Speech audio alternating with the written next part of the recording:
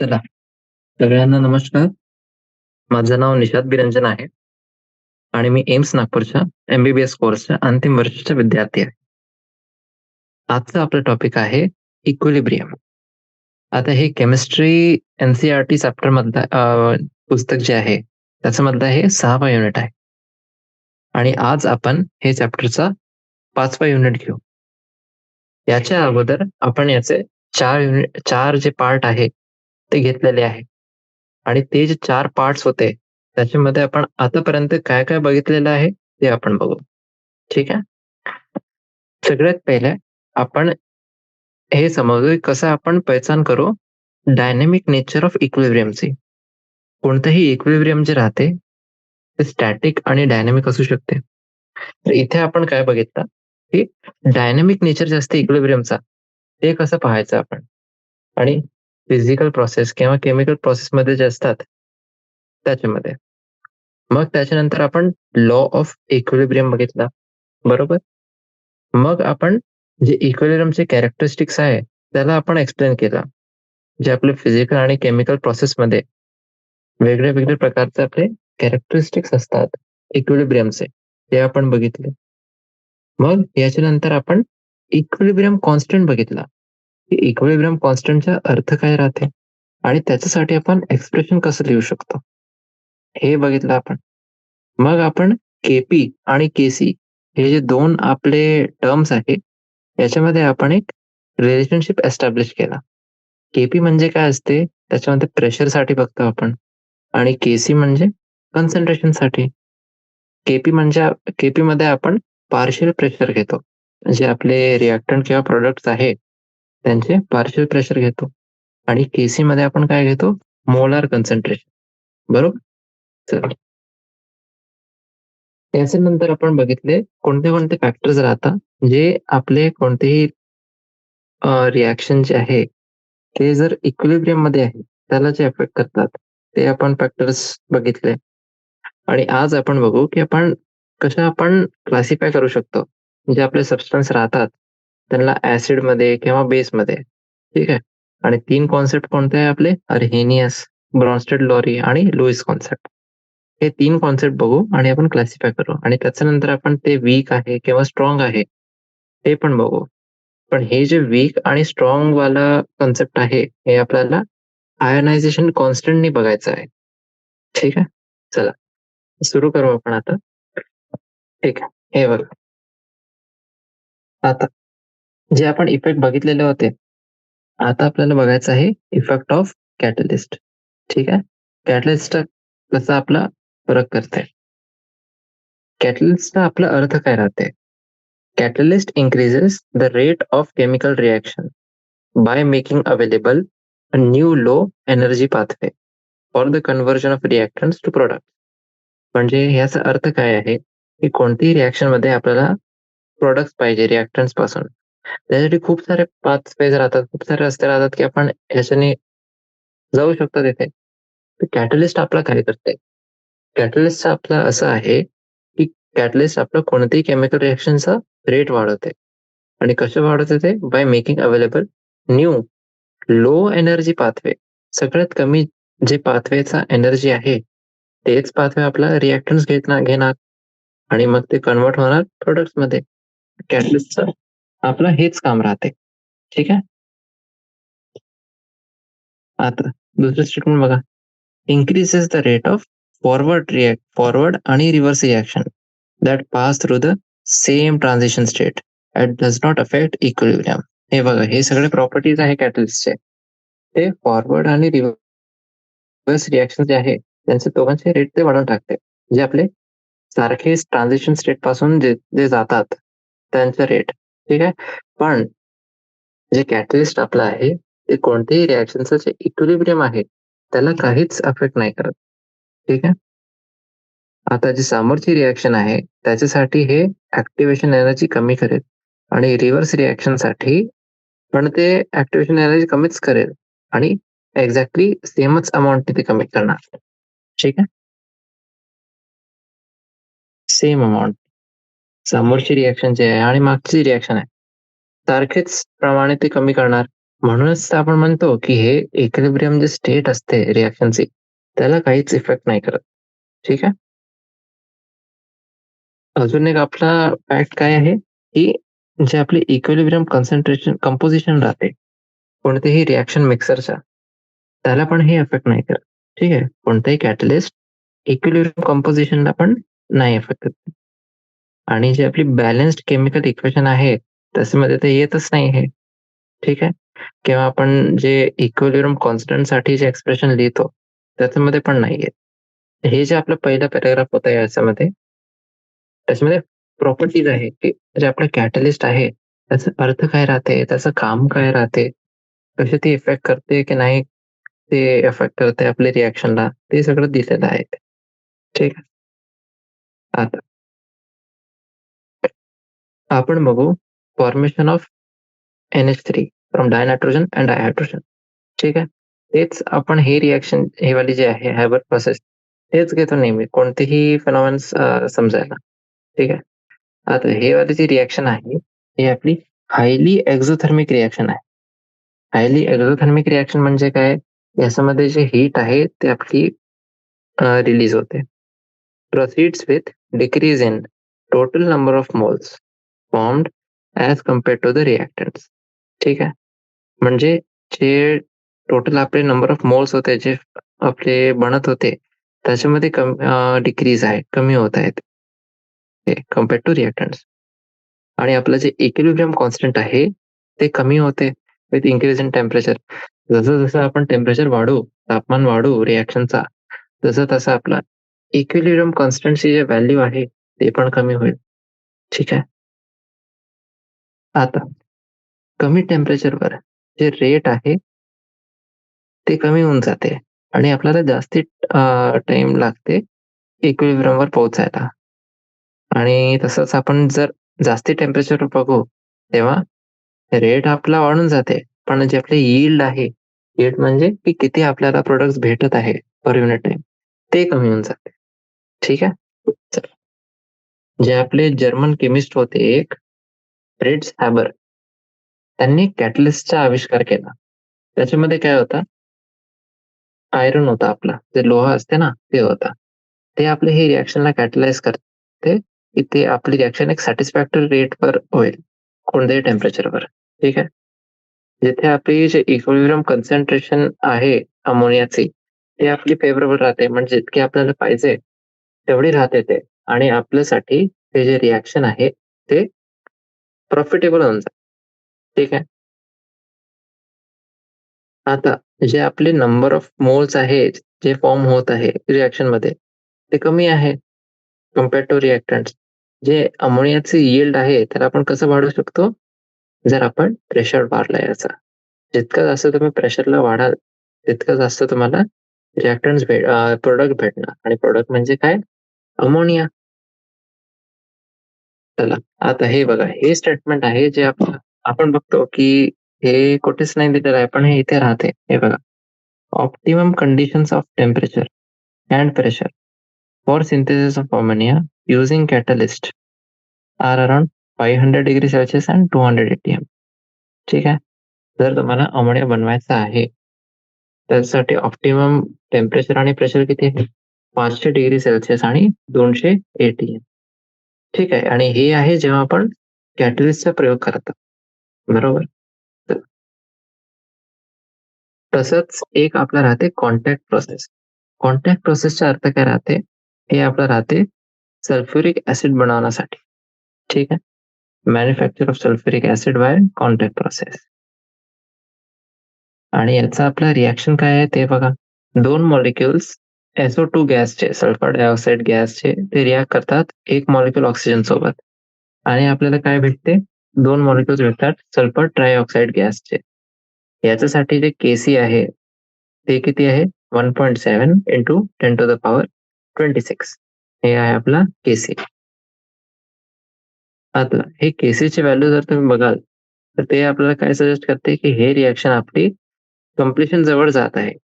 पण प्रॅक्टिकली जे ऑक्सिडेशन आहे SO2चा टू SO3 ते आपलं खूपच कमी रेटने होते. म्हणूनच जे आपलं प्लॅटिनम किंवा जे डायव्हॅनॅडियम पेंटॉक्साइड आहे V2O5 ते आपण कॅटलिस्ट सारखं त्याचा प्रयोग करतो कोणतीही रिॲक्शनचा रेट वाढायसाठी. ठीक. हे बघा, प्लॅटिनमचा प्रयोग करू शकतो किंवा डायव्हॅनॅडियम पेंटॉक्साइड V2O5. आता कोणतीही रिॲक्शन जर खूपच लहान आहे के म्हणजे इक्विलिब्रियम कॉन्स्टंट, तिथे आपलं कॅटलिस्ट जास्त आपल्याला मदत नाही करू शकणार. ठीक आहे. चला, आता आपण बघू आयनिक इक्विलिब्रियम इन सोल्युशन. ठीक आहे, आयनिक इक्विलिब्रियम आपण बघितलेलं आहे, पण आता आपल्याला सोल्युशन मध्ये बघायचं आहे. सोल्युशन म्हणजे काय, की काहीतरी आपला एक सोल्यूट राहील आणि एक सॉल्व्हेंट राहील. ठीक आहे. ॲक्वस सोल्युशन पण असू शकते, तिथे आपलं वॉटर असते. ठीक आहे. आता जे चेंज ऑफ कॉन्सन्ट्रेशन आहे, त्याचा काय इफेक्ट राहते आपला इक्विलिब्रियमच्या डायरेक्शनवर, त्याचा इफेक्ट आपण बघतो. आपण एक इक्विलिब्रियम असं बघू शकतो Fe+3 ॲक्वस. ते आपला रिएक्ट करते HCl- ॲक्वस सोबत आणि आपल्याला काय भेटते FeSCl+2 ॲक्वस. ही रिएक्शन आपण याच्या अगोदर पण बघितलेली आहे एकदा. ठीक आहे. आता खूप सारे इक्विलिब्रियम असे राहतात ज्याच्यामध्ये फक्त आयन्स राहतात. ठीक आहे. आणि हे आपलं जे सेक्शन आहे त्याच्यामध्ये आपण इक्विलिब्रियमचा अभ्यास करू ज्याच्यामध्ये फक्त आयन्स राहतात. हे आपल्याला माहिती आहे की जे ॲक्वस सोल्युशन राहते शुगरचा, साखरेचं जे ॲक्वस सोल्युशन आहे ते आपले इलेक्ट्रिसिटी नाही कंडक्ट करते.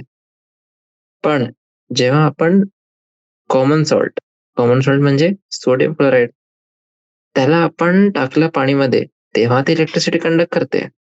ठीक आहे. पाणीमध्ये साखरमध्ये नाही करत, पण जे आपला हे असते सोडियम क्लोराईड, नमक जे असते त्याच्यामध्ये ते इलेक्ट्रिसिटीला कंडक्ट करता येतात. ठीक आहे. आणि जे आपला इलेक्ट्रिसिटीचा कंडक्टन्स आहे, ते जसं जसं आपण कॉमन सोल्टचं कॉन्सन्ट्रेशन वाढवू त्या सोल्युशनमध्ये, तसं तसं इलेक्ट्रिसिटी जे आहे त्याचं कंडक्टन्स पण वाढते. ठीक आहे. मायकल फॅराडे जे होते, मायकल फॅराडे हे जे वैज्ञानिक होते, त्यांनी जे आपले खूप सारे मध्ये क्लासिफाय केलं. आणि हे जे कॅटेगराईज केलं आहे, क्लासिफाय केलं, याचं बेसिस काय होतं? Ability to conduct electricity. ते इलेक्ट्रिसिटी किती कंडक्ट करू शकतात की नाही, आणि जर करू शकतात किती करू शकतात. ठीक आहे. एक जी आपली कॅटेगरी आहे सबस्टान्सेसची, ते आपली इलेक्ट्रिसिटी कंडक्ट करतात त्यांच्या ॲक्वस सोल्युशनमध्ये आणि त्यांना आपण काय म्हणतो इलेक्ट्रोलाइट्स. ठीक आहे. तर हे आहे आपली definition इलेक्ट्रोलाइट्सची. Conduct electricity in their ॲक्वस solution, त्याला आपण काय म्हणतात इलेक्ट्रोलाइट्स. आणि जे दुसरे आहे आपले, ते आपले नाही करतात आणि त्यांना आपण काय म्हणतात नॉन इलेक्ट्रोलाइट्स. ठीक आहे. आता फॅराडे साहेब जे होते ते खूप जास्ती उत्सुक होते. ते इथे नाही थांबले ते. त्यांनी काय केलं, जे आपले इलेक्ट्रोलाइट्स आहे त्याला अजून क्लासिफाय केलं, की आता हे जे इलेक्ट्रोलाइट्स आहेत ते वीक आहे की स्ट्रॉंग आहे. म्हणजे इलेक्ट्रोलाइट्सचं त्यांनी कशामध्ये क्लासिफाय केलं, स्ट्रॉंग आणि वीक इलेक्ट्रोलाइट्स. ठीक आहे. स्ट्रॉंग इलेक्ट्रोलाइट्सना जेव्हा आपण वॉटरमध्ये डिसॉल्व्ह करतात, तेव्हा ते ऑलमोस्ट कम्प्लिटली आयोनाइज होऊन जातात. ठीक आहे. पण जे आपले वीक इलेक्ट्रोलाइट्स राहतात, ते फक्त पार्शियली डिसोसिएटेड होतात. ठीक आहे. एक्झाम्पलसाठी एक ॲक्वस सोल्युशन आहे आपल्याजवळ सोडियम क्लोराईडचा. त्याच्यामध्ये काय राहतात, सोडियम आयन्स राहतात आणि क्लोराईड आयन्स. आणि जे ॲसिटिक ॲसिड आहे, त्यांच्यामध्ये अनआयोनाइज्ड ॲसिटिक ॲसिड मॉलिक्युल्स राहतात आणि फक्त काही आपले ॲसिडेटेड आयन आणि हायड्रोनियम आयन्स राहतात. हे असं का बरं असते?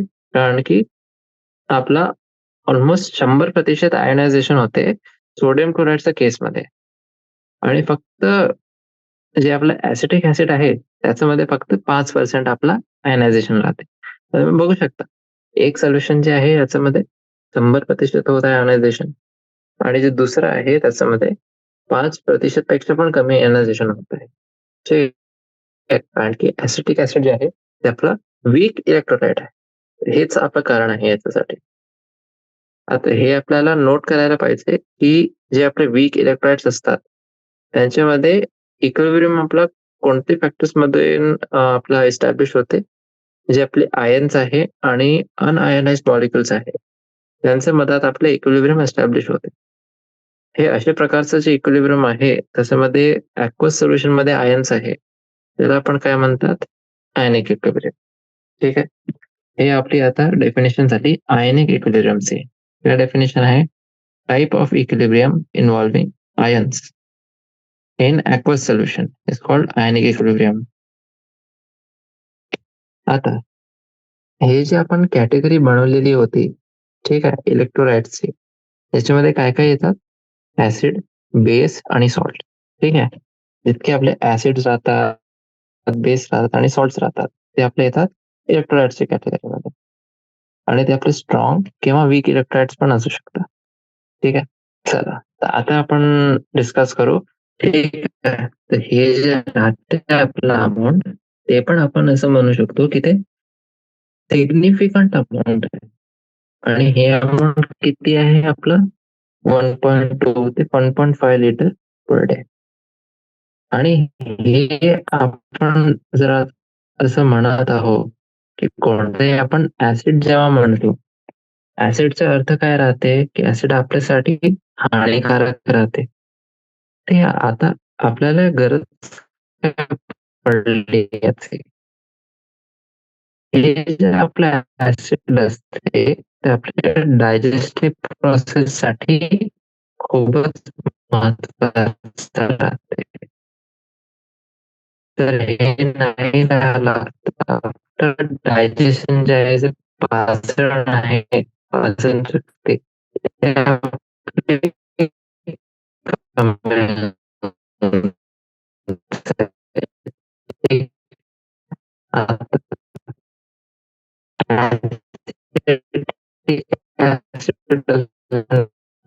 आता आपण काय बघितलं? आपलं ऍसिटिक ऍसिड आहे. तर आपण त्याचा प्रयोग करतो ना, आपण चायनीज राहतात, त्याच्यामध्ये विनेगर टाकतात. ठीक आहे.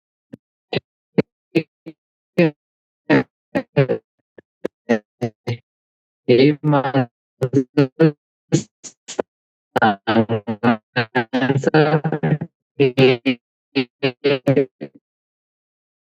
जे उद्दिष्ट आहे ते असं आहे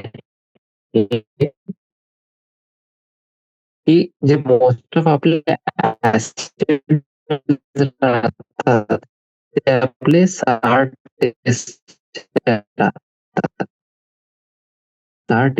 म्हणजे काय असते जे आपण म्हणतो, असं आपण म्हणतो ना की हे खूपच चटपटा. ठीक आहे. तर हे जर राहते आपला हे लिटमस पेपर जे आहे, ब्लू लिटमस पेपर, त्याच्यासोबत हे रिॲक्ट करते आणि आपल्याला काय देते? हे आपल्याला रेड कलर भेटते. ठीक आहे. तसंच मेटल सोबत हे रिॲक्ट करते आणि आपल्याला डायहायड्रोजन देते. ठीक आहे. आता बेसेस जे आहे, जे आपले बेस राहतात, बेस आपले काय करतात? बेस आपले रेड लिटमस पेपरला ब्लू ब्लू मध्ये कन्वर्ट करून देतात. आणि जे आपले बेस असतात, त्यांचं जे आपलं टेस्ट राहते, ते आपलं बिटर टेस्ट राहते. ठीक आहे. आणि जे आपलं साबण आपलं असते, ते कसं राहते? तसंच आपले बेस राहतात. ठीक आहे. आणि जे आपलं एक एक्झाम्पल आहे बेसचा, ते काय आहे आपला? वॉशिंग सोडा. वॉशिंग सोडाचा आपण प्रयोग करतो. वॉशिंग हे जे आपण धुतो ना, जे आपले कपडे असतात, त्यांना आपण धुतो त्याच्यासाठी. ठीक आहे. जेव्हा आपण ऍसिड आणि बेसला मिक्स करतो, ठीक आहे, एकदम बरोबर प्रपोर्शन मध्ये, ते एकमेकांसोबत रिॲक्ट करतात आणि आपल्याला काय देतात? सॉल्ट्स देतात. जे आपले कॉमन आपले सॉल्ट्स आहे, त्यांचं एक्झाम्पल काय काय आहे आपले? सोडियम क्लोराईड आहे. मग त्याच्यानंतर आपलं बेरियम सल्फेट आहे, सोडियम नायट्रेट आहे. हे आपले सॉल्ट्स आहे. ठीक आहे. जे आपलं सोडियम क्लोराईड आहे, कॉमन सॉल्ट, ते आपले खूपच इम्पॉर्टंट कंपोनेंट आहे आपल्या डाएटचा. जे आपण नमक आपण म्हणतो ना, हे खूपच महत्वाचं कंपोनेंट आहे आपल्या डाएटचा. आणि हे कशाने फॉर्म होते? जेव्हा आपण हायड्रोक्लोरिक ऍसिड आणि सोडियम हायड्रॉक्साईड हे दोघांची जी आपली रिॲक्शन आहे, हे जेव्हा असते, तेव्हा आपला सोडियम क्लोराईड फॉर्म होते. ठीक आहे. आणि जे सोडियम क्लोराईड आहे हे आपला सॉलिड स्टेटमध्ये राहते आणि हे क्लस्टरमध्ये असते. क्लस्टरचा अर्थ काय आहे? पॉझिटिव्हली चार्ज सोडियम आयन आणि निगेटिव्हली चार्ज क्लोराईड आयन यांचे क्लस्टर राहते, म्हणजे सोबतच राहतात. जे आपले एकमेकांसोबत हेल्ड टुगेदर आहे, म्हणजे जोडलेले आहे इलेक्ट्रोस्टॅटिक इंटरॅक्शन्सनी. जे आपले अपोजिट चार्जचे स्पीशीज आहे. आता बघा, जे सोडियम आयन आहे ते आपले पॉझिटिव्हली चार्ज आहे आणि जे निगेटिव्हली चार्ज आहे ते आपले क्लोराईड आयन्स आहे. तर हे जे आपले ऑपोजिटली चार्ज आयन्स आहे यांच्यामध्ये आपला एक इलेक्ट्रोस्टॅटिक फोर्स ऑफ अट्रॅक्शन राहते. त्याच्यामुळे हे सोबतच राहतात. ठीक आहे. जे इलेक्ट्रोस्टॅटिक फोर्स आहे दोन चार्जेसच्या मधात, ते आपली इन्व्हर्सली प्रपोर्शनल राहते मीडियमचे डायइलेक्ट्रिक कॉन्स्टंटनी. ठीक आहे. आता पाणी बघा तुम्ही. पाणीचं काय आहे? पाणी आपलं एक युनिव्हर्सल सॉल्व्हंट आहे. युनिव्हर्सल सॉल्व्हंटचा अर्थ काय राहते? याचा जवळ एक खूपच हाय आपला डायइलेक्ट्रिक कॉन्स्टंट आहे. त्याची व्हॅल्यू किती आहे आपली? 80 आहे. म्हणूनच जेव्हा आपण सोडियम क्लोराईडला डिझॉल्व्ह करतो पाण्यामध्ये, तेव्हा जे आपले इलेक्ट्रोस्टॅटिक इंटरॅक्शन्स आहे ते कमी होऊन जातात. आणि किती फॅक्टरनी कमी होऊन जातात हे? 80च्या फॅक्टरनी ते कमी होऊन जातात. आणि याच्यामुळे काय होते? याच्यामुळेच आपले जे आयन्स आहे ते पाणीमध्ये, ते जे आपलं सोल्युशन आहे त्याच्यामध्ये खूपच फ्रीली मूव्ह करू शकतात. ठीक आहे. आणि हे जे आपले आयन्स आहे ते आपले वेल सेपरेटेड राहतात. ठीक आहे. दूर दूर राहतात. आणि याचं कारण काय आहे, की ते आपले हायड्रेशन मध्ये आहे वॉटर मॉलिक्यूल सोबत. हे बघ, हे वाला जे आपलं फिगर आहे याच्यामध्ये खूपच चांगल्याने हे सगळं आपलं एक्सप्लेन केलेलं आहे. जे आपले NaCl चे मॉलिक्युल्स आहेत, सोडियम आयन्स आहेत आणि क्लोराईड आयन्स आहे. हे सगळ्यांसाठी आपलं दिलेलं आहे. हे वाला जे आहे याच्यामध्ये काय आपले हे हायड्रेशन आहे. हे आपले हायड्रेटेड आहे हे वाले मॉलिक्युल्स. तसंच आपला हे सोडियम आयन आहे. हे आपलं क्लोराईड आयन आहे. ते हायड्रेटेड आहे आणि जे हे वाला आपलं आहे, हे आपलं एक क्लस्टर आहे. Na+Cl- Na+Cl- असं. ठीक आहे. म्हणजे कॉमन सॉल्ट. ठीक आहे. आता जेव्हा आपण हायड्रोक्लोरिक ऍसिडचं आयनायझेशन कंपेअर करतो ऍसिटिक ऍसिड सोबत, तेव्हा आपल्याला काय भेटते? आणि हे कुठे आपण कंपेअर करत आहोत? पाणीमध्ये. आपल्याला काय भेटते, की हे जे दोघंही आहे ते आपले पोलर कोव्हॅलंट मॉलिक्युल्स आहे. ठीक आहे. म्हणजे आपला इथे कोणतं दिलं होतं पहिले? Hydrochloric acid. हायड्रोक्लोरिक ऍसिड जे आहे ते आपलं पूर्ण आयोनाइज होऊन जाते त्याचे कॉन्स्टिट्युएंट्स आयन्स मध्ये. आणि जे आपलं ऍसिटिक ऍसिड आहे ते फक्त पार्शियली आयोनाइज होते. ठीक आहे. पार्शियली आयोनाइज म्हणजे 5% पेक्षा कमी. आता किती एक्सटेंट पर्यंत ते आयोनायझेशन होतील, ते कोणत्या फॅक्टरवर डिपेंड करते, की किती त्याचे बॉन्ड आहे, त्याची स्ट्रेंथ कशी आहे. ठीक आहे. जे स्ट्रेंथ आहे बॉन्डचा त्याच्यावरती डिपेंड करते. आणि extent of solvation of ions produced, की किती एक्सटेंट पर्यंत ते आयन्स सॉल्वेबल आहे. आता म्हणजे दोन टर्म्स आहे ज्याच्यामध्ये तुम्हाला कन्फ्युजन नाही व्हायला पाहिजे. एक आहे डिसोसिएशन आणि एक आहे आयनायझेशन. हे जे डिसोसिएशन आणि आयनायझेशन टर्म्स आहे हे आपण याच्या अगोदर बघितलेले आहे. डिसोसिएशनचा अर्थ काय राहते? डिसोसिएशन म्हणजे process of separation of ions in water already existing as such in the solid state of solute as in sodium chloride. म्हणजे काय? बघा, डिसोसिएशनचा अर्थ असं राहते, की आपण आयन्सला पाणीमध्ये सेपरेट करत आहोत. ठीक आहे.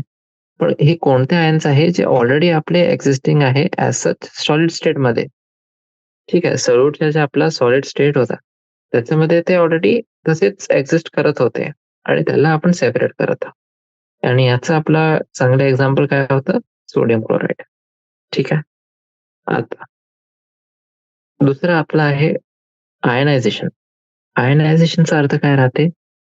आयनायझेशन म्हणजे असं एक प्रोसेस आहे, ज्याच्यामध्ये एक न्यूट्रल मॉलिक्यूल स्प्लिट होते 4 आयन्समध्ये सोल्युशनमध्ये. ठीक आहे. म्हणजे ते मॉलिक्यूल स्प्लिट व्हायच्या अगोदर आपला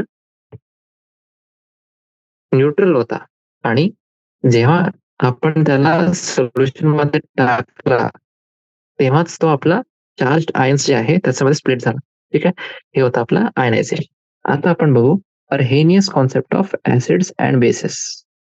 जे आपले अर्हेनियस साहेब होते त्यांनी आपल्याला काय सांगितलं ते आपल्याला बघायचं आहे. चला चला अकॉर्डिंग टू अर्हेनियस थेरी, अर्हेनियस थेरी आपल्याला काय सांगते, ऍसिड्स आपले ते सबस्टन्स राहतात जे पाणीमध्ये डिसोसिएट होतात आणि आपल्याला काय देतात ते हायड्रोजन आयन्स. हायड्रोजन आयन्स म्हणजे H प्लस ऍक्वस, कारण की हे पाणीमध्ये आहे. ठीक आहे, आणि बेस आपले काय राहतात, बेस आपले ते सबस्टन्स राहतात जे आपल्याला हायड्रॉक्सिल आयन्स देतात. ठीक आहे, ऍसिड्स म्हणजे काय, जे आपल्याला हायड्रोजन आयन्स देत आहे, आणि बेस म्हणजे जे आपल्याला हायड्रॉक्सिल आयन्स देत आहे म्हणजे OH मायनस ऍक्वस. ठीक आहे, आता कोणताही ऍसिड आहे एक्झाम्पल आपण घेऊ शकतो एच एक्स ऍक्वस. हे जे एच एक्स ऍक्वस आहे याचं आयोनायझेशन आपण रिप्रेझेंट करू शकतो. एच एक्स ऍक्वस हे आपल्याला काय देते, H plus aqueous plus x minus aqueous. ठीक आहे, किंवा आपण असं पण लिहू शकतो की हे आपण पाणीमध्ये बघत आहोत, तर एच एक्स ऍक्वस हे आपला रिॲक्ट करते H2 लिक्विड सोबत आणि आपल्याला काय देते H3O plus aqueous plus x minus aqueous. ठीक आहे, तर हे झाले आपली याचे रिॲक्शन. कोणतेही ऍसिड साठी जे आपण रिॲक्शन बघतो तर हे आहे. आता एक बेअर प्रोटॉन आपलं जे आहे H प्लस ते खूपच जास्त रिॲक्टिव्ह राहते आणि ते आपल्याला कोणतेही ऍक्वस सोल्युशन मध्ये फ्रीली एक्झिस्ट नाही करू शकत, कारण की त्याला कॉन्स्टंटली काहीतरी पाहिजे. हा, कोणासोबत कोणत्याही सोबत असं रिॲक्ट करायचं आहे त्याला. ठीक आहे, म्हणूनच ते आपला बॉन्ड करते ऑक्सिजन ऍटम सोबत. कोणतेही जे आपलं सॉल्व्हंट वॉटर मॉलिक्युल जर इथं होता आपला, त्याचं जे आपला ऑक्सिजन ऍटम आहे H2O चा, त्याच्यासोबत ते बॉन्ड करते आणि आपल्याला काय भेटते, ट्रायगोनल पिरामिडल हायड्रोनियम आयन भेटते. ठीक आहे, हे बघा ट्रायगोनल पिरामिडल हायड्रोनियम आयन. आता हे जे हायड्रोनियम आयन त्याचं फॉर्म्युला काय आहे आपला H3O प्लस. ठीक आहे, आता हे पूर्ण चॅप्टर मध्ये आपण जेव्हा आपण हायड्रेटेड प्रोटॉन म्हणू, हे जे हायड्रेटेड प्रोटॉन आहे याचा अर्थ काय राहील आपला H प्लस ऍक्वस किंवा H3O प्लस ऍक्वस. ठीक आहे, तसंच जे आपलं बेसचा मॉलिक्युल राहते त्याचं आपलं एक्सप्रेशन कसं होईल MOH. हे आपल्या ऍक्वस सोल्युशन मध्ये आयनाइज होते आणि याच्यासाठी आपली इक्वेशन कशी राहते, MOH ऍक्वस हे आपल्याला डिझॉल्व्ह होत आहे आणि आपल्याला काय भेटत आहे M plus aqueous plus OH minus aqueous. ठीक आहे, चला जे आपला हायड्रॉक्सिल आयन आहे ते पण आपला हायड्रेटेड फॉर्म मध्ये एक्झिस्ट करते ऍक्वस सोल्युशन मध्ये. अर्हेनियस कॉन्सेप्ट जे आहे ऍसिड आणि बेसचा, याचं लिमिटेशन काय आहे, लिमिटेशन असं आहे याचं की हे ऍप्लिकेबल आहे फक्त ऍक्वस सोल्युशन साठी, आणि जे आपला हे कन्सेप्ट आहे हे अमोनिया सारखे जे सबस्टन्स राहतात त्यांची बेसिसिटी जी आहे ते एक्सप्लेन नाही करू शकते, आणि अमोनियामध्ये हायड्रोक्सिल ग्रुप नाही राहते. पण अर्हेनियस कन्सेप्ट काय म्हणते आपल्याला की कोणताही जे मॉलिक्युल आहे ते बेस केव्हा राहील, जेव्हा ते आपलं OH मायनस आयन आपल्याला भेटते. ठीक आहे, तर हे एक लिमिटेशन झालं की अमोनिया आपल्याला माहिती आहे की बेस राहते ते. ठीक आहे, पण त्याला एक्सप्लेन नाही करू शकत हे कॉन्सेप्ट आपल्याला. तर हे इथे दिलेलं आहे आपल्याला हायड्रोनियम आणि हायड्रॉक्सिल आयन्स. ठीक आहे, चला तर हे होती आपली अर्हेनियस थिअरी, अर्हेनियस कॉन्सेप्ट जो होता. आता आपण बघू ब्रॉन्स्टेड लवरी. ब्रॉन्स्टेड लवरी जे आपला कॉन्सेप्ट आहे ते आपल्याला काय म्हणते की ऍसिड आणि बेस काय राहतात. ठीक आहे, आता जे आपले डॅनिश केमिस्ट होते जोहानेस ब्रॉन्स्टेड आणि एक आपले इंग्लंडचे केमिस्ट होते थॉमस M लॉरी, त्यांनी आपल्याला एक जास्ती जनरल डेफिनेशन जे आहे ते दिली ऍसिड आणि बेस साठी. आता ब्रॉन्स्टेड लॉरी थिअरी आपल्याला काय म्हणते, ऍसिड ते सबस्टन्स आहे जे आपला एक हायड्रोजन आयन डोनेट करू शकते, आणि बेस आपले ते सबस्टन्स आहे जे आपले हायड्रोजन आयनला ऍक्सेप्ट करू शकतात. ठीक आहे, तर याच्यामध्ये आपला OH मायनस आयन जो होता जे आपला हायड्रॉक्सिल आयन होता, त्याचं काही असं हे नाही आहे. ठीक आहे. त्याच्या बेसिसवर काहीच इथे नाही आहे. इथे फक्त आपल्याला हायड्रोजन आयन बघायचा आहे. तर जर हायड्रोजन आयन ते डोनेट करू शकते, तेव्हा आपण त्याला काय म्हणू? ॲसिड म्हणू. आणि जर तुम्ही हायड्रोजन आयनला एक्सेप्ट करू शकतात, तेव्हा ते जे सबस्टन्स आहे ते बेस आहे. ठीक आहे. इन शॉर्ट आपण ऍसिड जे आहे ते प्रोटॉन डोनर्स आहे आणि बेस आपले प्रोटॉन एक्सेप्टर आहे. ठीक आहे. तर हे आहे आपली ब्रॉन्स्टेड लहरी थिअरी. ठीक आहे. ऍसिड प्रोटॉन डोनर म्हणजे काय? ऍसिड. आणि प्रोटॉन एक्सेप्टर म्हणजे बेस. ठीक आहे. आता आपण अमोनियाचाच एक्झाम्पल घेऊ, कारण की जी आपली अरेनियस थेअरी होती ते अमोनिया बेस आहे याला एक्सप्लेन नाही करू शकत होते. त्याचंच एक्झाम्पल घेऊ आपण. अमोनियाला आपण डिझॉल्व्ह करतो पाणीमध्ये. त्याच्यासाठी जे इक्वेशन आहे आपली ते कशी आहे? अमोनिया ॲक्वस ते आपल्याला रिॲक्ट करते H2O लिक्विड सोबत आणि आपल्याला काय भेटते? NH4 plus ॲक्वस plus OH minus ॲक्वस. तर हे आपला H2O लिक्विड जो होता ते ऍसिड होता आणि NH3 बेस. कारण की NH3 मध्ये आपला एक प्रोटॉन ऍड होत आहे. म्हणजे ते काय झालं? Conjugate acid. आणि जे आपला H2 आहे त्याचं ते आपला डोनेट करत आहे एक H प्लस, म्हणजे OH मायनस जे फॉर्म होत आहे ते आपला एक कॉन्जुगेट बेस आहे. ठीक आहे. आता म्हणजे आपलं बेसिक सोल्युशन इथे बनत आहे. बेसिक सोल्युशन का बरं बनत आहे? कारण की हे सोल्युशन मध्ये आपले हायड्रॉक्सिल आयन्स आहे. ठीक आहे. त्याच्यामुळेच हे सोल्युशन आपलं बेस सारखं राहते. हे वाली जी रिएक्शन आहे याच्यामध्ये जे आपलं वॉटर मॉलिक्युल आहे ते आपलं प्रोटॉन डोनर सारखं ऍक्ट करते आणि जे अमोनियाचं मॉलिक्युल आहे ते प्रोटॉन एक्सेप्टर सारखं ऍक्ट करते. आणि म्हणूनच हे आपले लवरी ब्रॉन्स्टेड ऍसिड आणि बेस आहे. ठीक आहे. जर तुम्ही रिव्हर्स रिएक्शन बघितले, रिव्हर्स रिएक्शन मध्ये जे H प्लस आहे ते ट्रान्सफर होते NH4 प्लसनी OH मायनसला. ठीक आहे. म्हणजे ह्या केसमध्ये NH4 प्लस जे आपलं राहील, अमोनियम आयन जे आपलं असेल ते आपलं ब्रॉन्स्टेड ऍसिड असेल आणि जे OH मायनस आहे ते आपला ब्रॉन्स्टेड बेस सारखं काम करणार. ठीक आहे. जे आपला ऍसिड बेस पेअर आहे ते फक्त एक प्रोटॉननी डिफर करते. ठीक आहे. आणि याला आपण काय म्हणतात? Conjugate acid base pair. म्हणूनच जे आपला OH मायनस आहे त्याला आपण काय म्हणतात की OH मायनस आपला ऍसिड H2O चा कॉन्जुगेट बेस आहे. आणि तसंच जे अमोनियम आयन आहे ते आपला कॉन्जुगेट ऍसिड आहे NH3 बेसचा. ठीक आहे. आता जर ब्रॉन्स्टेड ऍसिड एक स्ट्रॉंग ऍसिड आहे, तेव्हा त्याचं जे कॉन्जुगेट बेस राहील ते एक वीक बेस राहील आणि वाईस वर्सा. ठीक आहे. म्हणजे ब्रॉन्स्टेड ऍसिड आपला स्ट्रॉंग आहे, तर त्याचा कॉन्जुगेट बेस वीक राहील. जर ब्रॉन्स्टेड ऍसिड आपला वीक आहे, म्हणजे कॉन्जुगेट बेस आपला स्ट्रॉंग आहे. ठीक आहे. आता अजून एक एक्झाम्पल आपण घेऊ. त्याच्यामध्ये आपण बघू आयनायझेशन ऑफ हायड्रोक्लोरिक ऍसिड पाणीमध्ये. HCl ॲक्वस जे आहे ते आपलं एक ऍसिड सारखं बिहेव करते, कारण की ते प्रोटॉन डोनेट करत आहे H2O मॉलिक्युल. आणि हे जे H2O मॉलिक्युल आहे ते आपलं बेस सारखं ऍक्ट करत आहे. ठीक आहे. हे बघा, हे जे रिएक्शन आहे याच्यामध्ये HCl ॲक्वस रिॲक्ट करते H2O लिक्विड सोबत आणि आपल्याला काय भेटत आहे? H3O प्लस ॲक्वस आणि Cl मायनस ॲक्वस. ठीक आहे. आता हे जी वरची आपली इक्वेशन आहे याच्यामध्ये आपण काय बघू शकतो की वॉटर आपला बेस सारखं ऍक्ट करते, कारण की ते प्रोटॉनला एक्सेप्ट करत आहे. जे आपले हे स्पेशीज आहे H3O प्लस, हे आपली हायड्रोनियम आयनची स्पेशीज आपली प्रोड्यूस होते जेव्हा पाणी आपला एक प्रोटॉनला एक्सेप्ट करते HCl पासून. ठीक आहे. म्हणूनच जे आपलं क्लोराईड आहे, क्लोराईड आपला एक कॉन्जुगेट बेस आहे HCl चा आणि HCl आपला कॉन्जुगेट ऍसिड आहे बेस क्लोराईड आयनचा. तसंच जे आपला वॉटर मॉलिक्युल आहे H2O, H2O आपला एक कॉन्जुगेट बेस आहे H3O प्लस ऍसिडचा आणि जे H3O प्लस आहे ते आपलं कॉन्जुगेट ऍसिड आहे बेस H2O चा. तर हे तुम्हाला समजायला लागेल की कॉन्जुगेट ऍसिड बेस पेअर काय राहते आणि ब्रॉन्स्टेड लॉरी ऍसिड आणि बेस काय राहते. ठीक आहे.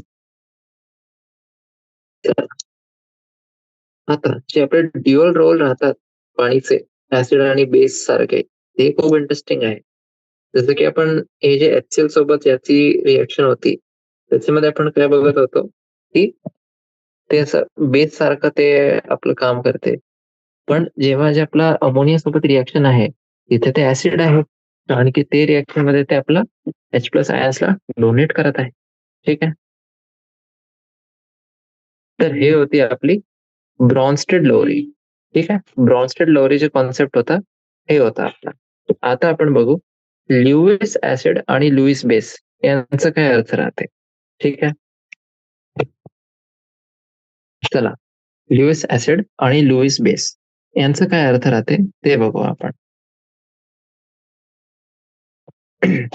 G.N. लुईस हे होतं आपल्या वैज्ञानिकचं नाव आणि 1923 मध्ये त्यांनी डिफाईन केला ऍसिड आणि बेस. ऍसिड आपलं काय राहते, acid as a species which accept electron pair आणि base which donates an electron pair. तर यांनी आता आपल्या कोणत्या बेसिसवर सांगितलं की इलेक्ट्रॉन पेअर तर जर तुम्ही ऍक्सेप्ट करतात म्हणजे ते काय कोणतं सबस्टन्स आहे, ऍसिड आहे. आणि जर ते इलेक्ट्रॉन पेअरला डोनेट करत आहे म्हणजे ते आपला बेस आहे. ठीक आहे. बेसला जर आपण बघू तर जास्त डिफरन्स नाही आहे ब्रॉन्स्टेड लवरी आणि लिव्हिस कॉन्सेप्ट मध्ये. कारण की जे बेस आहे ते आपला लोन पेअर देते दोघे केसेसमध्ये. पण जे आपलं लुईस कॉन्सेप्ट आहे, खूप सारे जे आपले ऍसिड असतात त्यांच्याजवळ प्रोटॉन नाही असतात. ठीक आहे.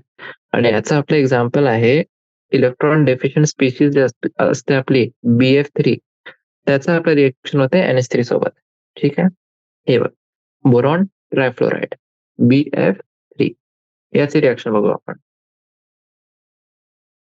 आता जे BF3 आहे याच्या जवळ आपला एक प्रोटॉन नाही आहे, पण ते ऍसिड सारखंच आपलं काम करते आणि अमोनिया सोबत रिॲक्ट करते. आणि BF3 जे आहे ते आपला लोन पेअर ऑफ इलेक्ट्रॉन्स जे आहेत त्याला एक्सेप्ट करते. हे जे रिॲक्शन आहे याला आपण कसं रिप्रेझेंट करू शकतो, BF3 रिॲक्ट करत आहे NH3 सोबत आणि आपल्याला काय भेटत आहे, BF3NH3. आणि हे जे लोन पेअर ऑफ इलेक्ट्रॉन्स होते नायट्रोजन जवळ, ते त्यांनी BF3 ला दिले. ठीक आहे. तर हे काय झालं आपला लोन पेअर एक्सेप्टर, म्हणजे लेविस कॉन्सेप्टनी ते आपला झाला ऍसिड. ठीक आहे. आता जे आपले इलेक्ट्रॉन डेफिशियंट स्पीसीज राहतात जसं की AlCl3, Cobalt+3, Mg+2, ते आपल्या लुईस ऍसिड सारखं ऍक्ट करू शकतात. आणि जे आपले असे स्पीसीज आहेत ज्यांच्याजवळ लोन पेअर ऑफ इलेक्ट्रॉन आहे म्हणजे H2O, NH3, OH-, ते आपले बेस सारखे ऍक्ट करू शकतात. कारण की हे जे आपला पेअर ऑफ इलेक्ट्रॉन्स आहे याला डोनेट करू शकतात. ठीक आहे. तर हे झाले आपले लुईस बेस. तर हे होते आपले अर्हेनियस, ब्रॉन्स्टेड लॉरी आणि लुईस थिअरी. आता आपण बघू आयनायझेशन ऑफ ऍसिड्स आणि बेस. जे आपले ऍसिड आणि बेस तर आपण बघितले, पण याचं आयोनायझेशन बघायचं आहे आपल्याला, तर ते बघू. चला, जेव्हा आपण हे कॉन्सेप्ट बघतो ना तेव्हा अर्हेनियस कॉन्सेप्ट जे आहे ते आपल्याला खूप आवश्यक होऊन जाते. कारण की जे मोस्टली आपले आयनायझेशन राहतात केमिकल आणि बायोलॉजिकल सिस्टम मध्ये, ते आपले ऍक्वस मीडियम मध्येच होतात. आणि आपण कोणतेही हे आपण अभ्यास का बरं करत, हे आपल्याला कशाला शिकवायचं आहे, कारण की याचं आपण ऍप्लिकेशन करू नंतर. ठीक आहे. ऍप्लिकेशन करू आणि कसं हे आपल्याला आपले फायद्यामध्ये राहील हे आपल्याला बघायला लागते, त्याच्यासाठी असते. ठीक आहे. जे आपले स्ट्रॉंग ऍसिड्स आहेत जसं की perchloric acid, hydrochloric acid, हायड्रोब्रोमिक acid, hydro iodic acid, nitric acid, sulphuric acid, यांचे फॉर्म्युले काय काय आहे, HClO4, HCl, HBr, HI, HNO3, H2SO4. हे जे आपले ऍसिड आहेत त्यांना आपण काय म्हणतात की हे आपले स्ट्रॉंग ऍसिड आहे. कारण की ते ऑलमोस्ट कम्प्लिटली डिसोसिएट होऊन जातात त्यांचे कॉन्स्टिट्युएंट आयन्स मध्ये. कोणतेही ऍक्वस मीडियम जर तुम्हाला दिलं तर ते कम्प्लिटली डिसोसिएट होऊन जातात. ठीक आहे.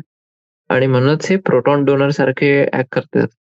तसंच आपले आहे स्ट्रॉंग बेस जसं की lithium hydroxide, sodium hydroxide, potassium hydroxide, cesium hydroxide, barium hydroxide. यांचे फॉर्म्युले काय काय आपले LiOH, NaOH, KOH, CSOH, BaOH2 हे आपले पूर्ण डिसोसिएट होऊन जातात आयन्स मध्ये कोणत्याही ऍक्वस मीडियम मध्ये आणि आपल्याला काय देतात हे हायड्रॉक्सिल आयन्स.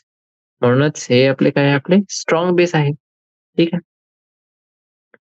आता अर्हेनियस कॉन्सेप्टनी जर आपण त्याला मांडलं तर हे जे अर्हेनियस कॉन्सेप्ट आहे तर हे जे आपले बघितले आपण जितके ते आपले स्ट्रॉंग ऍसिड आणि बेस आहे.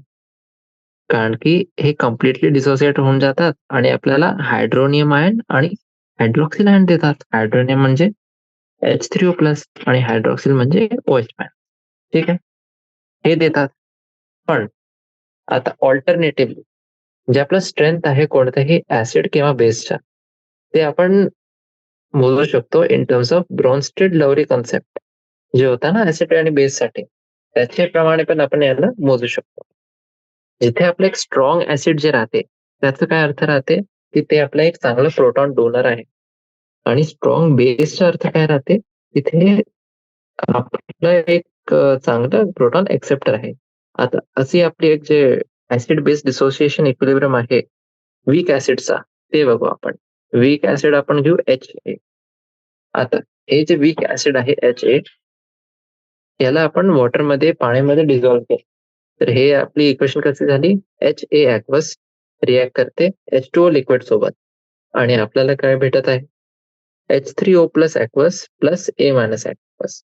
तर इथे कॉन्जुगेट ऍसिड काय झाला 3O plus aqueous, conjugate base झाला A मायनस ऍक्वस. आता याचं अगोदर आपण काय बघितलेलं होतं की ऍसिड किंवा बेसचं जे आपलं डिसोसिएशन इक्विलिब्रियम राहते ते आपलं डायनामिक असते. कसे असते ते डायनामिक. याच्यामध्ये काय होत आहे ट्रान्सफर ऑफ प्रोटॉन होत आहे फॉरवर्ड आणि रिव्हर्स डायरेक्शन मध्ये. ठीक आहे. आता प्रश्न हे आहे की जर आपलं इक्विलिब्रियम डायनामिक आहे तर जसं जसं आपला टाइम समोर जाईल तर डायरेक्शन आपली कोणती फेवर होणार आणि हे जे पूर्ण रिॲक्शन आहे त्याच्यासाठी आपली ड्रायव्हिंग फोर्स काय आहे. ठीक आहे, हे आपला प्रश्न राहते. हे प्रश्नाचं उत्तर देण्यासाठी आपल्याला जे दोन ऍसिड किंवा बेस आहे त्यांची स्ट्रेंथ कम्पेअर करायला लागेल. ठीक आहे, हे जे पूर्ण डिसोसिएशन इक्विलिब्रियम होता याच्यामध्ये जे आपले ऍसिड होते आणि बेस होते यांची स्ट्रेंथ जे आहे ते आपल्याला कम्पेअर करायला पाहिजे. आता दोन ऍसिड्स तुम्ही कन्सिडर करा HA आणि H3O प्लस जे आपले ऍसिड डिसोसिएशन इक्विलिब्रियम जे आपण बघितलं आहे याच्यामध्ये होता. ठीक आहे, हे वाला जे होता ना ऍसिड डिसोसिएशन इक्विलिब्रियम याच्यामध्ये दोन ऍसिड आहे आपले HA आणि H3O प्लस. ठीक आहे, आपल्याला हे बघायचं आहे की यांच्यामधून कोणतं असं आहे जे आपलं जास्ती स्ट्रॉंगर प्रोटॉन डोनर आहे. ठीक आहे, जे पण आपला एक्सिट करेल त्याची टेंडन्सी की ते प्रोटॉन डोनेट करत आहे सोल्युशन मध्ये दुसरे जे आपलं ऍसिड होतं त्याचे प्रमाणे त्याला आपण काय म्हणू की ते आपलं जास्त स्ट्रॉंगर ऍसिड आहे आणि जे आपली इक्विलिब्रियम आहे ते आपली शिफ्ट होईल in the direction of weaker acid. जे वीकर ऍसिड होता त्याच्या डायरेक्शन मध्ये इक्विलिब्रियम शिफ्ट होऊन जाईल. ठीक आहे, म्हणजे आता इथे बघा जर आपला HA स्ट्रॉंगर ऍसिड आहे H3O च्या कम्पॅरिझन मध्ये तेव्हा HA आपले प्रोटॉन्स डोनेट करणार आणि H3O प्लस नाही करणार आणि जे सोल्युशन आहे त्याच्यामध्ये मेनली आपलं काय राहील A मायनस आणि H3O प्लस आयन्स. इक्विलिब्रियम जे आहे ते आपला त्या डायरेक्शन मध्ये आपला जाते जिथे आपला फॉर्मेशन होत आहे वीकर ऍसिड आणि वीकर बेसचा. कारण की जे स्ट्रॉंगर ऍसिड आहे ते आपला प्रोटॉन डोनेट करते स्ट्रॉंगर बेसला. आता जर तुम्ही स्ट्रॉंगर ऍसिड साठी म्हणत आहात की H प्लस जे आपला जास्त देते तर स्ट्रॉंगर बेस पण आहे ना त्याच्यामध्ये. स्ट्रॉंगर बेस कोणता आहे जे जास्त चांगल्याने आपला H प्लस घेत आहे. ठीक आहे, आता याचा अर्थ आपला मुख्यतः काय राहते की स्ट्रॉंग ऍसिड जे आहे ते कम्प्लिटली डिसोसिएट होते वॉटरमध्ये. ठीक आहे, आणि जे रिझल्टिंग बेस जे फॉर्म झालेलं आहे जे म्हणलेलं आहे ते आपलं खूपच कमजोर राहणार. म्हणजे जे स्ट्रॉंग ऍसिड जे आहे त्यांचे खूपच कमजोर आपले कॉन्जुगेट बेस राहतात. ठीक आहे, स्ट्रॉंग ऍसिड जसं की HClO4, HCl, HBr, HI, HNO3, H2SO4 हे आपल्याला कोणते कोणते कॉन्जुगेट बेस देणार. हे जे कॉन्जुगेट बेस राहील ते आयन्स राहील. कोणते कोणते राहणार हे? ClO4 minus, Cl minus, Br minus, I minus, NO3 minus, HSO4 minus. ठीक आहे. आणि हे जे आहे ते खूपच कमजोर बेसिस आहे कम्पेअर्ड टू जे आपलं H2O मॉलिक्युल आहे. तसंच जे आपलं खूपच जास्ती स्ट्रॉंग बेस राहील, ते आपल्याला खूपच कमजोर कॉन्जुगेट ऍसिड देईल आपल्याला. ठीक आहे. आणि तसंच याचा व्हाईस वर्सा करून घ्या तुम्ही. ठीक आहे. वीक ऍसिड आणि वीक बेससाठी. टिपिकल जे आपले वीक ऍसिड आहे, जे आपण म्हणतात ना, की हे वीक ऍसिड आहे. ते कोणते कोणते आहे वीक ऍसिड आपले? नायट्रस ऍसिड म्हणजे HNO2, hydrofluoric acid HF, acetic acid CH3COOH. आणि हे आपल्याला नोट करायला पाहिजे, की जे आपले वीक ऍसिड असतात, त्यांचे खूपच जास्ती स्ट्रॉंग आपले कॉन्जुगेट बेस असतात.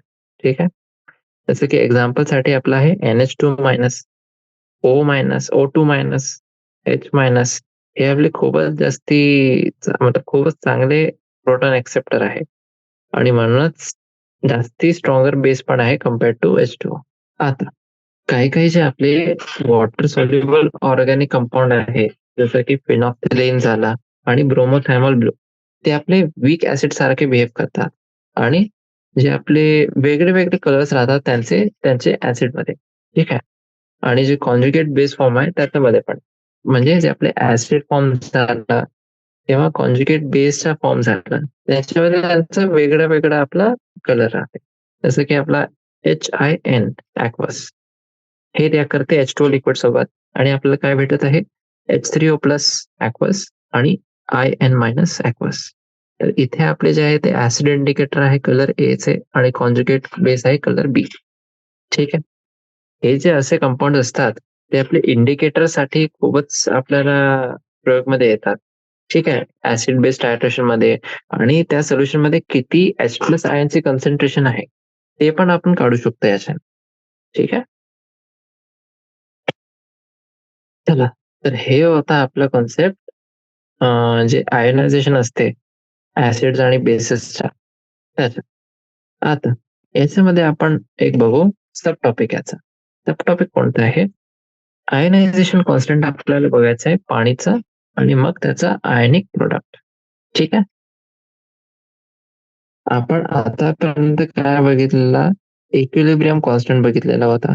ठीक आहे. केपीचं प्रमाण टर्म्स मध्ये आणि केसीच्या टर्म्स मध्ये. आता आपल्याला बघायचंय पाणीसाठी, कारण की मी तुम्हाला सांगितलेलं होतं की पाणी जे आहे H2O ते आपलं ऍसिड सारखं पण बिहेव करते आणि बेस सारखं पण बिहेव करते. आता म्हणजे काय काय जे सबस्टन्स आहे पाणीसारखे ते आपले ऍसिड आणि बेस सारखे बिहेव करते हे माहिती आहे आपल्याला. चला, in the presence of an acid H, ठीक आहे, कोणताही ऍसिड आहे आपल्याजवळ HA, जेव्हा हे आहे तेव्हा ते प्रोटॉनला ऍक्सेप्ट करते आणि बेस सारखं बिहेव करते. आणि तसंच कोणताही बेस जर आहे सोल्युशन मध्ये, जसं की एक बी मायनस झाला, तर हे आपला ऍसिड सारखं ऍक्ट करते आणि प्रोटॉनला डोनेट करते. ठीक आहे. प्युअर वॉटर, प्युअर वॉटर जे आहे त्याच्यामध्ये एक H2O चा मॉलिक्युल जे आहे ते आपला प्रोटॉन डोनेट करते आणि ऍसिड सारखं बिहेव करते. आणि जे दुसरे आपले वॉटर मॉलिक्युल्स आहे ते आपले प्रोटॉनला ऍक्सेप्ट करतात आणि बेस सारखे ऍक्ट करतात. हेच सेम टाइम मध्ये. ठीक आहे. आणि इक्विलिब्रियम जे राहते हे रिएक्शन मध्ये ते कोणतं राहते? H2O लिक्विड आपला रिॲक्ट करते H2O लिक्विड सोबत. एक ऍसिड आहे आणि दुसरा बेस. आणि ही इक्विलिब्रियम रिएक्शन कोणती होते? H3O प्लस ऍक्वस आणि OH मायनस ऍक्वस. ठीक आहे. हे बघा. तर जर तुम्हाला परीक्षामध्ये हे प्रश्न असं दिलेला आहे आणि हे वाली रिएक्शन दिलेली आहे. ठीक आहे. हे जी रिएक्शन आहे हे दिलेली आहे तुम्हाला. तर हे रिएक्शनचा आपला अर्थ काय आहे? की हे आपली आहे आयनायझेशन कॉन्स्टंट वॉटरच्या डिसोसिएशन साठी. ठीक आहे. जे आपलं डिसोसिएशन कॉन्स्टंट आहे के, ते कशाने आपण डिनोट करतात? H3O प्लस ऍक्वस ची कॉन्सन्ट्रेशन इंटू OH मायनस ची कॉन्सन्ट्रेशन आणि त्याला आपण डिवाइड करू H2O ची कॉन्सन्ट्रेशन सोबत. आता जे वॉटरची आपली कॉन्सन्ट्रेशन आहे त्याला आपण डिनॉमिनेटर पासून ओमिट करतात. का बरं असं करतात आपण? कारण की वॉटर आपला प्युअर लिक्विड आहे आणि त्याची कॉन्सन्ट्रेशन कॉन्स्टंट राहते. तर हे आपण इक्विलिब्रियम कॉन्स्टंट हे वाला जे टॉपिक होता त्याच्यामध्ये पण बघितलेला होता, की कोणताही सबस्टन्स जर त्याचे प्युअर स्टेट मध्ये आहे आणि त्याचे कॉन्सन्ट्रेशन जर कॉन्स्टंटच राहील तेव्हा त्याचे कॉन्सन्ट्रेशन आपण 1 घेऊ. H2O चे कॉन्सन्ट्रेशन जे आहे ते आपली इक्विलिब्रियम कॉन्स्टंट मध्ये इन्कॉर्पोरेटेड आहे आणि आपल्याला काय देते हे नवीन कॉन्स्टंट भेटते Kw. आपण Kp बघितला, Kc बघितला. इथे आपला आहे Kw. Kw आपला काय आहे? Ionic product of water. ठीक आहे. हे जे Kw आहे हे आपलं काय आहे? Ionic product of water. आणि Kw चा आपलं फॉर्म्युला जे आहे ते आहे H प्लस ची कॉन्सन्ट्रेशन इंटू OH मायनस ची कॉन्सन्ट्रेशन. ठीक आहे.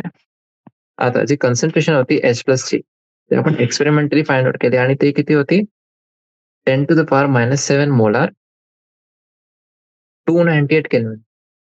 आणि जे डिसोसिएशन ऑफ वॉटर आहे ते आपलं equal number of H plus आणि OH मायनस चे आयन्स प्रोड्यूस करतात. JEE 2022 मध्ये एक प्रश्न आपल्याला विचारलेला होता, हेच आयनिक प्रोडक्ट ऑफ वॉटर पासून. ठीक आहे. चला तर हे आपण आता बघितलं की जे H प्लस कॉन्सन्ट्रेशन आहे ते आहे 10⁻⁻7 मोलार आणि तेच आपली OH मायनस जे हायड्रॉक्सिल आयन्स आहे त्याची पण कॉन्सन्ट्रेशन आहे. तर जे आपला Kw राहील आयनिक प्रोडक्ट ऑफ वॉटर ते किती राहील? यांचं मल्टिप्लिकेशन म्हणजे याचं प्रोडक्ट हे किती झालं? 10⁻⁻14 मोलार स्क्वेअर. ठीक आहे. आणि हे जे व्हॅल्यू आहे Kw चे ते आपली टेम्परेचर डिपेंडेंट असते, कारण की हे इक्विलिब्रियम कॉन्स्टंटच आहे. जसं आपण इक्विलिब्रियम कॉन्स्टंट साठी बघितलेलं होता तसंच हे पण एक कॉन्स्टंट आहे, फक्त हे वॉटर सारखं आहे. आता जी डेन्सिटी असते प्युअर वॉटरची ते आपल्याला माहिती आहे ते असते 1000 ग्राम पर लिटर आणि त्याचा मोलार मास किती आहे? 18 ग्राम पर मोल. आता याच्याने आपण प्युअर वॉटरची मोलॅरिटी आपण काढू शकतो. ते किती राहील आपली? 55.55 मोलार. 1000 ला डिवाइड करू आपण 18 सोबत. ठीक आहे. ठीक आहे. तर हे जे आपले 3 कन्सेप्ट होते अर्हेनियस, ब्रॉन्स्टेड-लॉरी आणि लुईस आणि जे आपण आयनिक प्रोडक्ट ऑफ वॉटर बघितलं. याच्याने आपण ॲसिडिक, न्यूट्रल आणि जे बेसिक ॲक्वस सोल्युशन्स असतात त्याला आपण डिस्टिंग्विश करू शकतात. ॲसिडिक सोल्युशनमध्ये काय होईल? जे H3O+ आहे, हायड्रोनियम आयन त्याची कॉन्सन्ट्रेशन जास्ती राहील compared to hydroxyl ion. Neutral सोल्युशनमध्ये हे जे दोघेही आहे त्यांचे कॉन्सन्ट्रेशन सारखे राहील आणि जे बेसिक सोल्युशन आहे, बेसिक सोल्युशनमध्ये OH मायनसचे जे कॉन्सन्ट्रेशन आहे ते जास्ती राहील कंपेअर्ड टू हायड्रोनियम. ठीक आहे. तर हे आपण असं डिस्टिंग्विश करू शकतो. आता याच्यानंतर आपण 2 सेशन्स अजून घेऊ. याच्यामध्ये आपल्याला काय बघायचं आहे? एक आपला राहील कॉन्सेप्ट पीएच स्केलचा. मग आपला राहील आयनायझेशन कॉन्स्टंट वीक ऍसिड साठी. ठीक आहे. ते कसं आहे ते आपण बघू. मग त्याच्यासाठी कोणते स्टेप्स आपल्याला फॉलो करायला लागते पीएच कॅल्क्युलेट करायसाठी. मग वीक बेस साठी बघू आपण. त्याच्यानंतर आपण बघू Ka आणि Kb हे जे 2 आपले कॉन्स्टंट आहे त्यांच्यामध्ये काय रिलेशन आहे ते आपण बघू. ठीक आहे. मग याच्यानंतर डाय आणि पॉलीबेसिक ऍसिड्स आणि डाय आणि पॉलीऍसिडिक बेस जे असतात याच्यामध्ये अपोजिट राहते. ते कसे राहते आणि त्याचा स्ट्रेंथ कसे कोणत्या ऑर्डर मध्ये राहते ते आपण बघू. कोणते फॅक्टर्स ऍसिडिक स्ट्रेंथला अफेक्ट करतात. मग कॉमन आयन इफेक्ट काय राहते ऍसिड आणि बेसिसच्या आयोनायझेशन मध्ये ते आपण बघू. ठीक आहे. याच्यानंतर सॉल्टच्या हायड्रोलिसिस आणि जे आपले त्यांचे सोल्युशन्स आहे त्यांचं पीएच कसं राहते ते बघू आपण. तर हे आपण बघू नंतरचे आपले सेशन जे आहे 2 सेशन्स आहे त्याच्यामध्ये आपण कव्हर करण्याचा प्रयत्न करू हे. ठीक आहे. आणि जे आपला शेवटचा टॉपिक राहील ते राहील आपला बफर सोल्युशन्स काय असतात. ठीक आहे. कसं आपण त्याला डिझाईन करतो, मग सॉल्युबिलिटी प्रॉडक्ट कॉन्स्टंट काय राहते. ठीक आहे. आणि जे कॉमन आयन इफेक्ट आहे ते कशा अफेक्ट करते आपल्या आयनिक सॉल्टच्या सॉल्युबिलिटीला. ठीक आहे. तर हे आपले टॉपिक्स राहील आणि चला मग भेटूया नेक्स्ट सेशन मध्ये. ठीक आहे. Thank you.